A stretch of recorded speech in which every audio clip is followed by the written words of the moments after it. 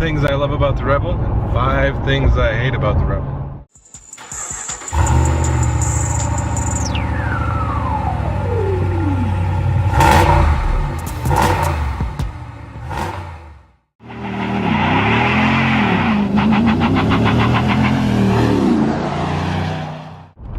Five things I love about the Rebel.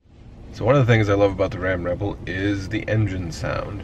The only mods I have done to mine is an S&B cold air intake, which has a little bit of growl, maybe a horsepower or two, probably not, but more so you can just hear the induction noise when you're going down the road. So much better, which is super cool. The exhaust is already, has a nice little rumble from the factory. Might go upgraded eventually, but taking this cross country a lot, I don't want it too loud, as driving long distance would be a pain if it was super loud, but the engine sound definitely sounds awesome.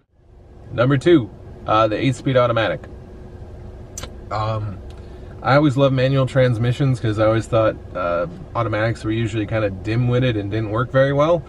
This is the best automatic I've ever driven. I mean, this ZF 8-speed transmission, they put it in everything from, I believe, Bentleys, Rolls Royces, BMWs. It's tuned differently for each manufacturer, but it drops gears when you need to go. It doesn't overly try to hold you in a high gear. And when you're on the brakes, it actually does a really good job of dropping the gears and engine braking, which I've never had an automatic transmission that did that well. So I love it.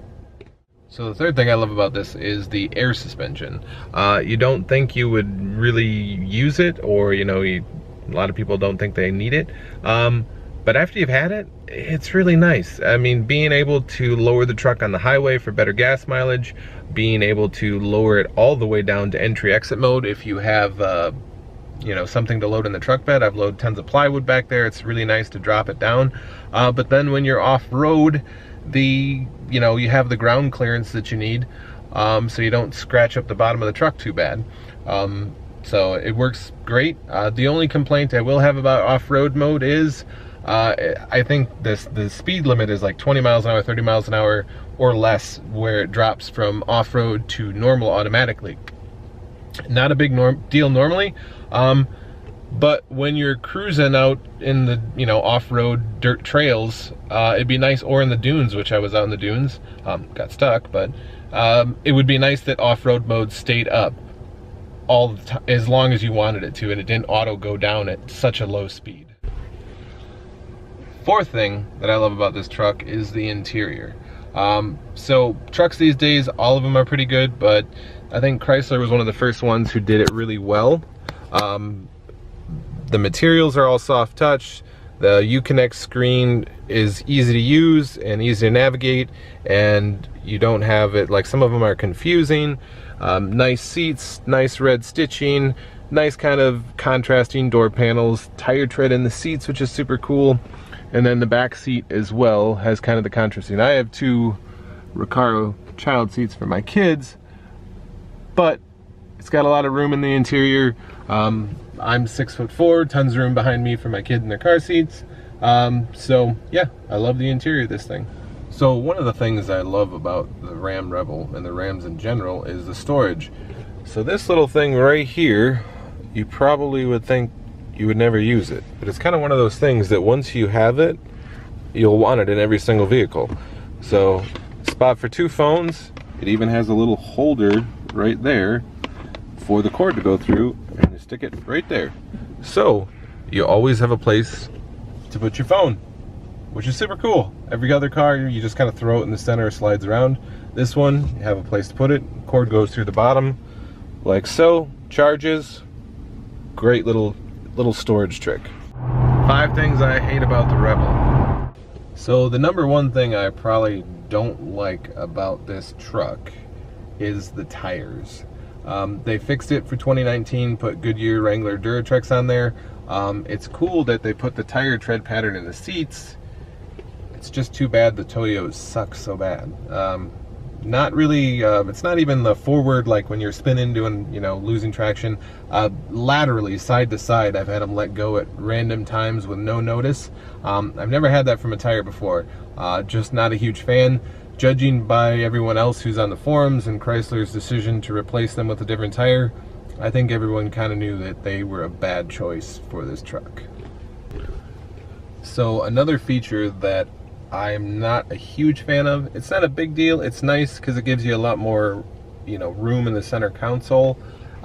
It just takes some getting used to. So instead of having a gear knob here you can hold on to and do everything else, you just have this little rotary dial. Now it does work well, but sometimes when you're going from, you know, park to reverse to drive back and forth, you can kind of lose where you're at, which you don't usually have if you have an actual handle.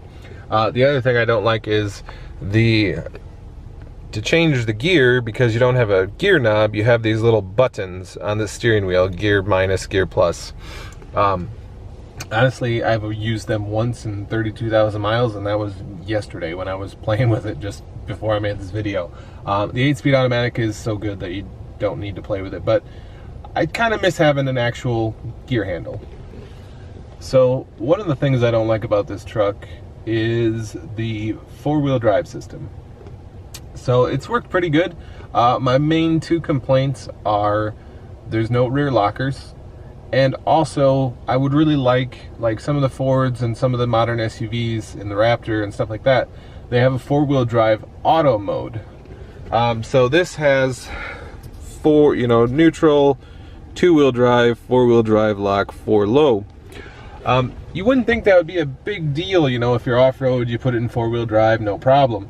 The biggest issue comes down to when you're on the road in conditions that you don't know. So multiple times when you're on a road trip coming back, I was coming back across Nevada, and at the bottom of the mountain it was dry. Halfway up the mountain it was raining. So I was like, two-wheel drive is fine. Crest the mountaintop pass, you're in 12 inches of snow and it's whiteout conditions, and you're struggling to put it in four-wheel drive.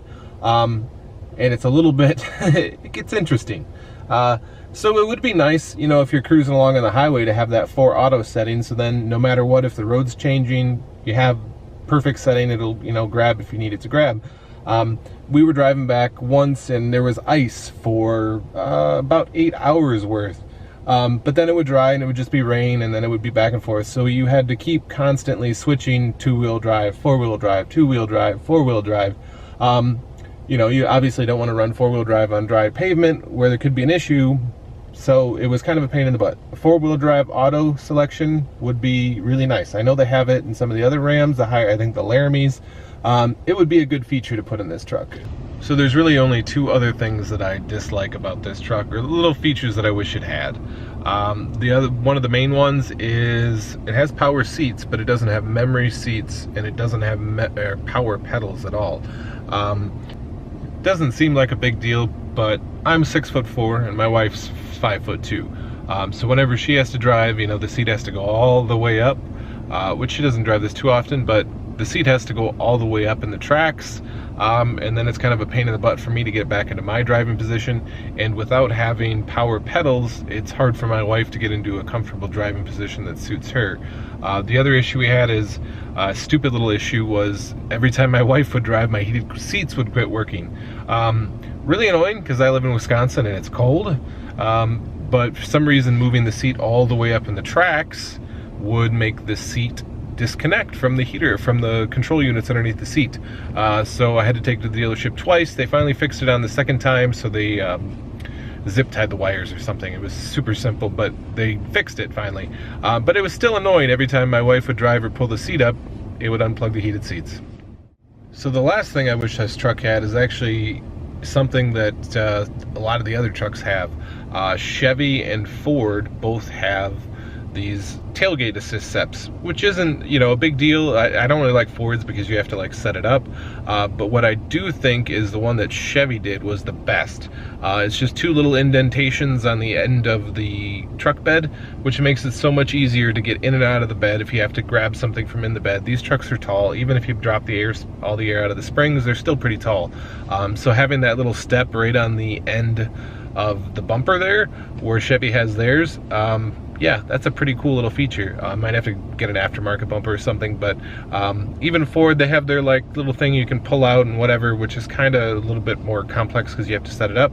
But I wish it had a bumper kind of like Chevy's, little indentations on the side. That way you can easily get in and out of the back of the bed. If you like car videos or you thought this video was useful, please like and subscribe to the channel. Got a lot of other cool cars that we'll be doing. Got a Jeep Wrangler Rubicon, a brand new 2018 JL. Gonna be taking that on some adventures. This truck, I've taken it all across the country and done cool adventures. I just started videotaping this stuff now, so yeah, if you love trucks, cars, you know, be some Porsches on the channel in a little bit, some other cool stuff, subscribe. Thank you much.